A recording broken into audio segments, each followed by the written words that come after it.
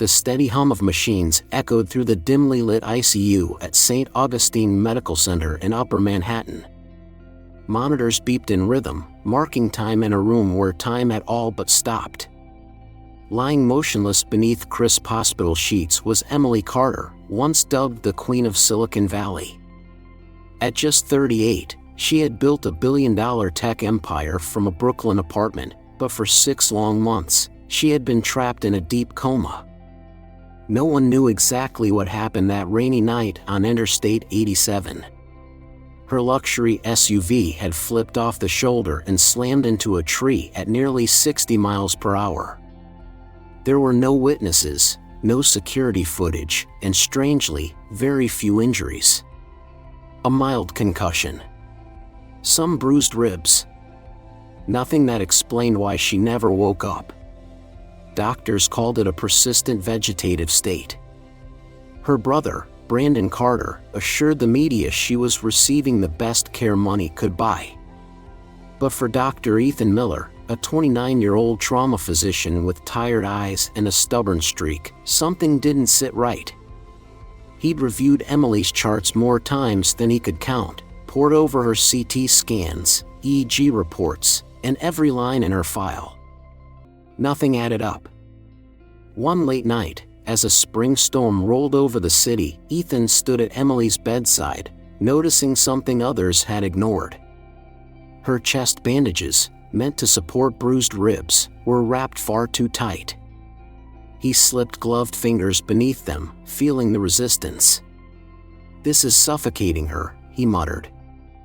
"Dr. Miller," came the sharp voice of Margaret Hawthorne, the senior ICU nurse, standing in the doorway, arms crossed. "There's protocol for this." Ethan didn't flinch. "She's not a case file. She's a person. And protocol is choking her." Before Margaret could stop him, he picked up a sterile pair of scissors and began carefully cutting away the stiff, yellowed bandages. As the final layer came off, red indentations marred Emily's pale skin, marks of pressure, of neglect. He replaced them with clean gauze, loose but secure, his fingers brushing lightly against her ribs.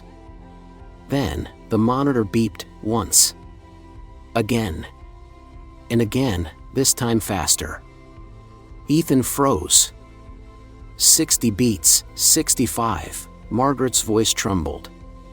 The monitor climbed like a heartbeat reawakening. Emily's lips parted just slightly. A whisper of breath. "My God," Ethan breathed, dropping into the chair beside her. "She's responding." For the first time in half a year, something stirred behind her closed eyelids. A flutter, faint but real. She wasn't gone. She was fighting. And so was he. As thunder rumbled overhead, Ethan didn't know whether he had just saved a life or lit the fuse to something far bigger. But he knew one thing: Emily Carter had just taken her first step back from the brink, and he wasn't going to let her walk alone. Dr. Ethan Miller had seen hundreds of patients in his young medical career, but something about Emily Carter's case continued to haunt him. Her sudden improvement after he'd changed her tightly wrapped bandages wasn't just a lucky coincidence, it felt intentional. Like someone had been keeping her just alive enough to not raise alarms, but never well enough to wake up. In the early hours of a Wednesday morning, long after most of the hospital staff had gone home, Ethan sat alone in the physician's lounge. A half-empty cup of diner coffee grew cold on the table beside him. The storm from earlier had passed, leaving behind a wet city and a mind that wouldn't rest. He pulled up Emily's medical file on his tablet again. For months, her vital signs had remained flat but stable. Her CT scans showed minimal damage, certainly nothing to justify a 6-month coma. There were no signs of brain swelling, internal bleeding, or even a serious head injury. Nothing added up. One note in particular stood out. A neurologist had scribbled months ago, persistent vegetative state. Cause unclear. That word, unclear, nagged at Ethan like a splinter. What if this isn't natural? He whispered aloud, glancing over his shoulder. Later that night, he took a quiet walk to the supply room. The hallway was dim, humming with fluorescent lights. He knew what he was doing could get him reprimanded, maybe worse, but Emily's sudden signs of life had changed everything. Inside the storage room, rows of medical supplies lined the metal shelves: gauze, syringes, saline, antibiotics, and morphine. Nothing unusual until he spotted something tucked behind a box of sterile gloves, a small unlabeled glass vial, half filled with a clear liquid. Ethan's heart began to race. He carefully pocketed the vial and made a call from his office to an old friend, Jake Harris, a lab tech he'd trusted since med school. "Jake, I need a favor. Quiet and fast." Jake grunted. "It's 2 a.m, man." "I know. Just test this. No paperwork. Off the books." By Friday, Ethan met Jake at a diner in Queens, the kind with vinyl booths and bottomless coffee. Jake slid into the seat across from him, holding a small report in a manila envelope. "You weren't kidding," Jake said. "This stuff? It's a low-dose sedative. Powerful enough to suppress motor function, but subtle. Keeps a person quiet. Doesn't knock them out like morphine. Not something we use regularly." Ethan's stomach turned. So someone could stay in a coma, indefinitely? Jake nodded grimly. "If given the right amount, sure." Ethan sat back, stunned.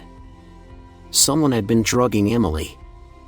Not to kill her, but to keep her out of the way. And whoever it was had access to hospital supplies, and a reason to keep her silent. He thanked Jake, slid the vial and report into his coat, and headed back towards St. Augustine's.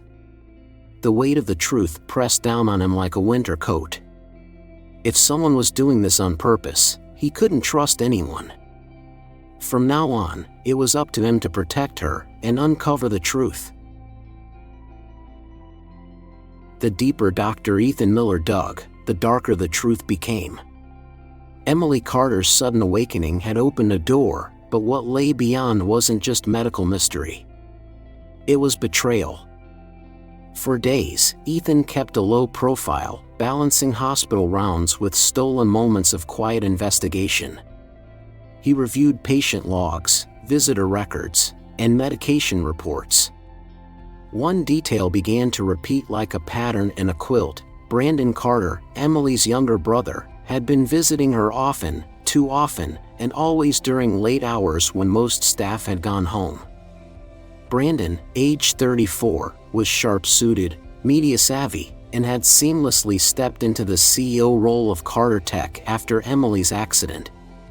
To the outside world, he was the grieving brother, holding down the family legacy.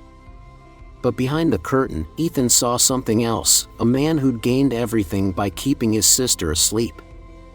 A break came one Monday afternoon, when Ethan sweet-talked a friendly security guard named Frank into letting him view some of the older surveillance footage from the ICU wing.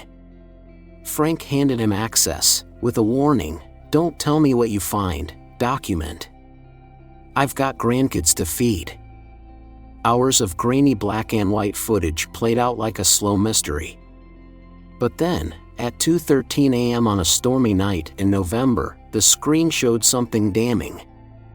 Brandon Carter appeared in the hallway outside Emily's room, dressed in a sleek overcoat, carrying a small paper bag. He looked both ways, then waved over a nurse. Ethan's breath caught. It was Jenny Ruiz, a quiet, overworked nurse on Emily's rotation. On the screen, Brandon discreetly handed her the bag. She hesitated. He leaned in, said something, then patted her shoulder as if to seal a deal. Moments later, she entered Emily's room, alone. Ethan paused the video, his pulse pounding in his ears. He printed out a still image from the footage and slid it into a folder, then waited. That night, he found Jenny alone in the break room, sipping from a travel mug and scrolling through her phone. "Jenny," Ethan said gently, sliding into the seat across from her, "I need to talk to you." "Off the record." She froze. "About what?" He placed the image on the table between them. "This." Her face drained of color. "I didn't mean to hurt her," she whispered, eyes filling with tears. "He said it would just help her rest. That she was in pain. He gave me $5,000, said it was for extra care. I didn't know it would go on this long." Ethan's heart ached, not with anger, but with clarity. He now had the final piece. He left the room that night carrying a confession, a photo, and a growing fire in his chest. Brandon wasn't just a sibling, he was a saboteur in a suit, drugging his own sister to hijack her empire. And now that Ethan knew the truth, he wouldn't rest until the world knew it too. The storm outside had quieted, but inside room 417 of St. Augustine Medical Center, something extraordinary was just beginning. Dr. Ethan Miller had just finished his midnight rounds when something pulled him back to Emily Carter's room. Maybe it was intuition, or maybe it was the way the air felt heavier that night, like it was holding its breath. Emily lay still, as she had for 6 long months. Her dark hair spilled across the pillow, and the soft hiss of the oxygen line filled the silence. But tonight, something was different. As Ethan stepped closer to check her vitals, her eyelids fluttered, once, then again. He froze, barely breathing. Then, her lashes lifted just enough to reveal hazy, glassy eyes searching through a fog. "Emily," he whispered, the stethoscope slipping from his hand onto the floor. Her eyes moved slowly, locking onto his face. He leaned in, careful not to startle her. "Can you hear me?" Blink once for yes. A pause. Then, a single, deliberate blink. Ethan's chest tightened with emotion. "You're awake," he murmured, half to her, half to himself. "You're really here." He ran through a quick neurological check, pupils responsive, limbs slightly reactive. Her body was still frail, but her mind, her presence, was returning. Emily tried to speak, but the ventilator tube silenced her. Panic flickered in her eyes. Ethan gently took her hand. "You're safe," he said softly, his voice warm and steady. "You've been asleep for a while, but you're not alone. I'm Ethan. I've been here with you." Her grip tightened weakly around his fingers, barely more than a twitch, but it was enough. Over the next hour, he stayed by her side, calming her, whispering to her, guiding her with short, simple questions. He explained the blink system, 1 blink for yes, 2 for no. They practiced slowly, patiently. "Are you in pain?" he asked. 2 blinks. "Are you tired?" 1 blink. The rhythm between them grew, fragile, but real. As the hours passed, Ethan kept the news quiet. He didn't trust hospital administration, not yet. Not with what he knew about Brandon's betrayal. Instead, he focused on her recovery, shielding her from the outside world. That night, he returned after his shift, a paperback novel in hand. He pulled a chair beside her and read aloud from the first chapter, his voice low and steady, filling the room with something more human than machines. Emily watched him, her eyes softer now. When he cracked a joke from his days in med school, her lips twitched ever so slightly, a hint of a smile. It wasn't much, but to Ethan, it was everything. From that night forward, a quiet bond began to form. Not just between doctor and patient, but between 2 people who, in the middle of chaos, had found something rare, a connection that didn't need words to feel real. And as dawn lit the sky beyond the hospital windows, Ethan knew Emily hadn't just woken up. She was beginning to return. And she wasn't doing it alone. It began with small things. A touch on the shoulder. A chuckle shared over a mispronounced word. A glance that lingered a second too long. In the quiet corners of the ICU, between medical charts, physical therapy routines, and whispered nighttime visits, something tender began to bloom between Dr. Ethan Miller and Emily Carter. They couldn't have come from more different worlds. Emily had spent most of her adult life in boardrooms and private jets, her name tied to billion-dollar contracts and Wall Street headlines. Ethan, the son of a Queens high school teacher and a postal worker, had worked double shifts in college and shared a studio apartment during med school. But in that hospital room, none of that mattered. By the second week of her recovery, Emily could whisper short phrases, her voice raspy but steadying. The first time she asked for water, Ethan smiled like she'd sung a symphony. He was there for every small victory, her first step with a walker, her first full sentence, the first time she reached for his hand without needing help. And though she still bore the weight of betrayal, her own brother's cruel actions keeping her sedated for months, it was Ethan's constant, quiet presence that anchored her. "You know," she rasped one afternoon, her breath catching as she spoke, "you've spent more time with me than most people did when I was healthy." Ethan looked up from the puzzle book he'd brought in. Then they didn't know what they were missing. She smiled, soft and unguarded.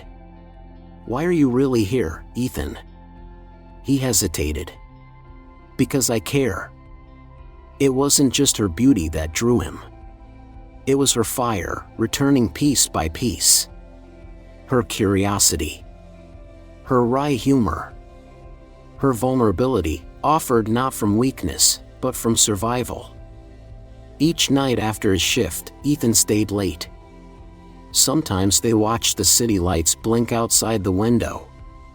Other times, he read to her or played Sinatra from his phone, songs his grandfather used to sing while washing dishes.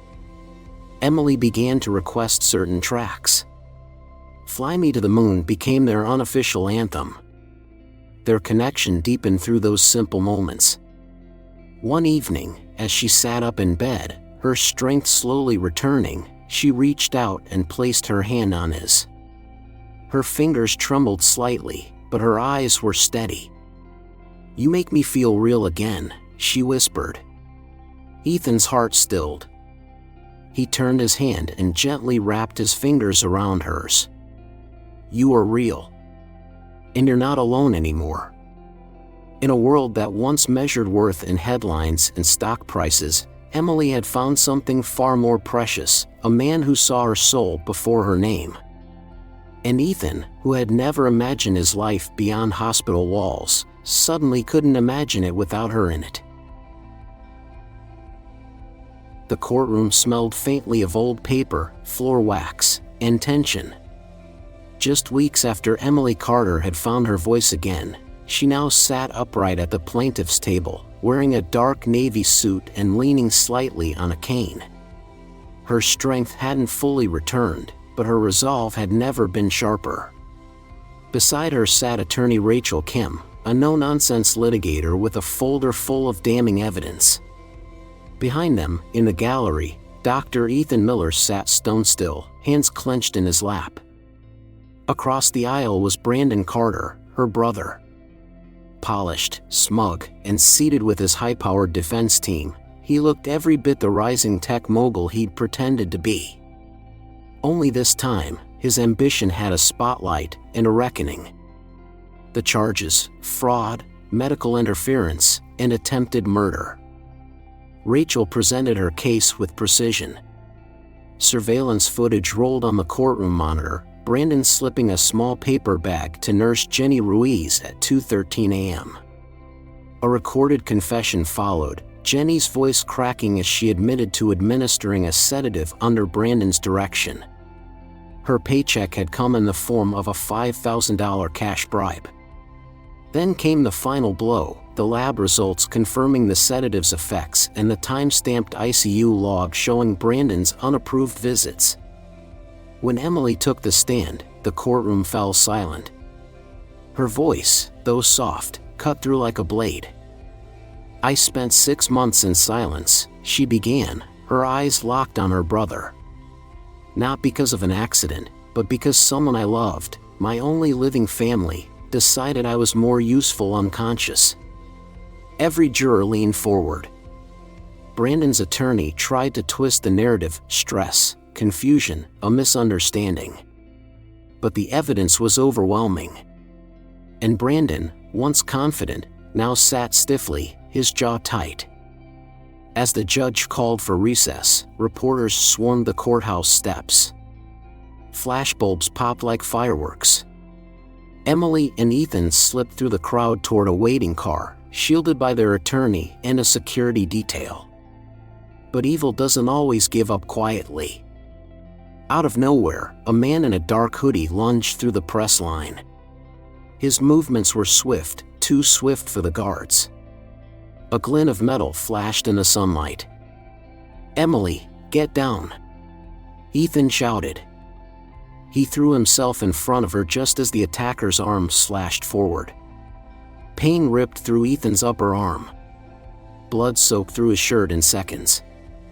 Security tackled the man to the pavement as Emily screamed, dropping to her knees beside Ethan. "Stay with me," she pleaded, pressing her scarf to the wound, her hands shaking. "I'm okay," Ethan gritted, voice trembling. "Just a scratch." Paramedics arrived within minutes. As they loaded Ethan into the ambulance, Emily climbed in beside him, refusing to let go of his hand. That night, the story exploded across national television. The attack was labeled a murder-for-hire attempt, tied to Brandon's rapidly unraveling network. And Emily, once known only as a tech tycoon, now stood before the country as a survivor, a fighter, and a woman deeply in love with the man who had saved her life. The headlines came fast and loud. Tech titan saved by small-town doctor. Emily Carter's secret romance revealed.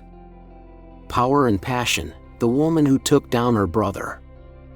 It wasn't just the trial or the attempted attack that caught the media's attention. It was the image of Emily Carter, walking out of the courthouse with a cane in one hand and Dr. Ethan Miller's blood-stained arm in the other. The tabloids couldn't get enough. They ran with every angle: the billionaire and the ER doc, the beauty and the underdog, the scandal and the spark. And for Ethan, it all felt like too much. Weeks after the courtroom victory and his minor surgery, Ethan sat quietly in Emily's Manhattan penthouse, scrolling through headlines on his phone. The comments stung more than he expected. "She's just propping him up. This guy's a charity case. Dr. Miller, welcome to your 15 minutes.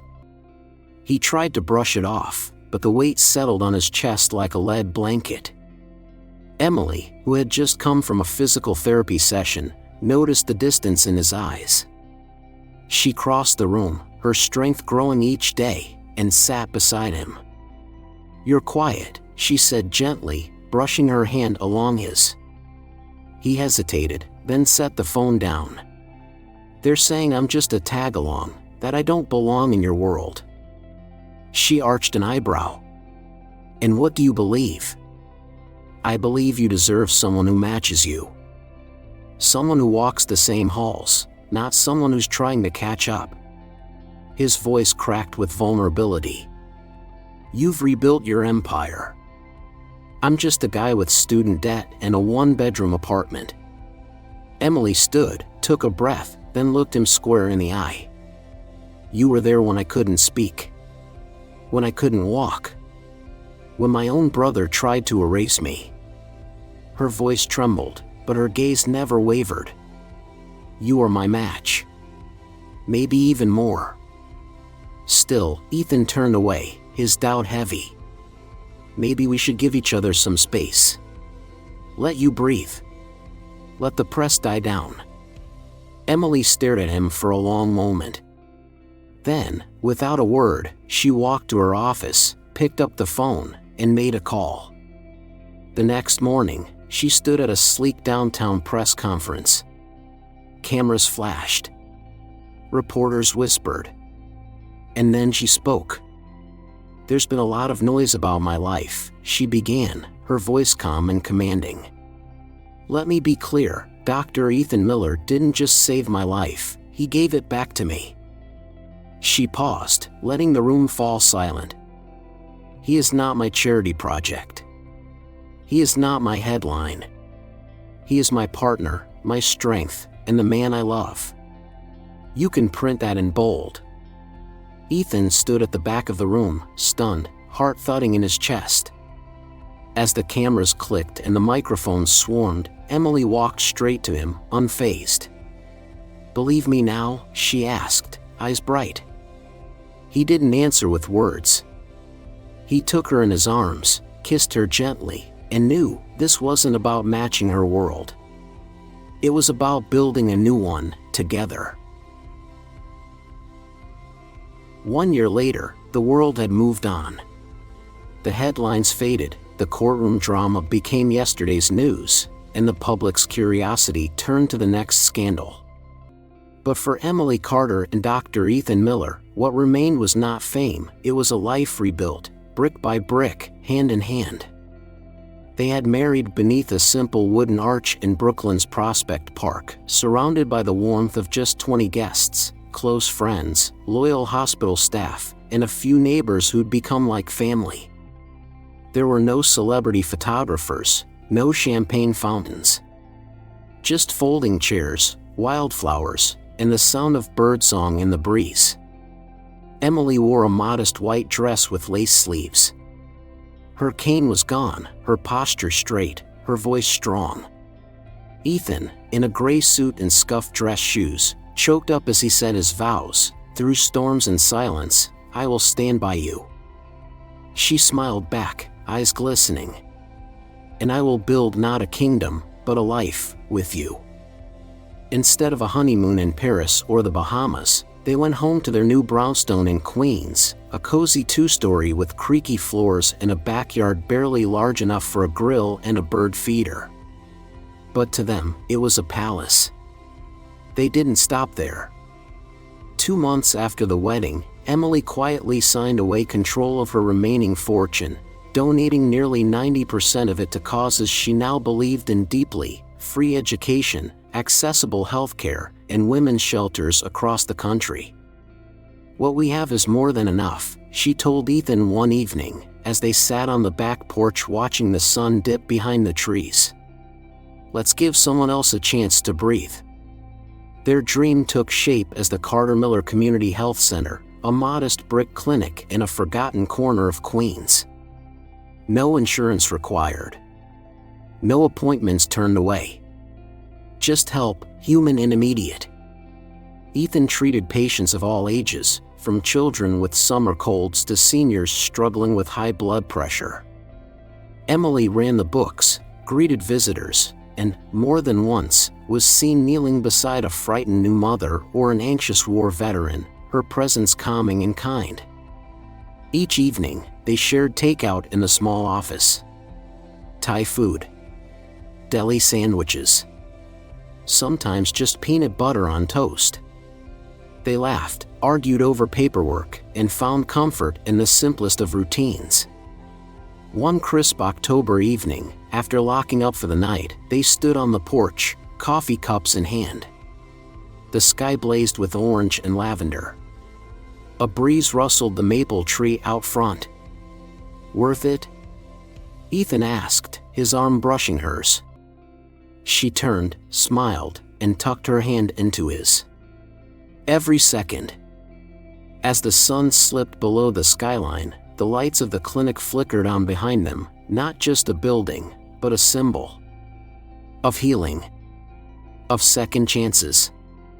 Of love that defied expectation and endured everything. And in that quiet, golden moment, they knew this wasn't the end of their story. It was only the beginning. As we grow older, stories tend to speak to us differently, not just as entertainment, but as reflections of truth, reminders of what truly matters.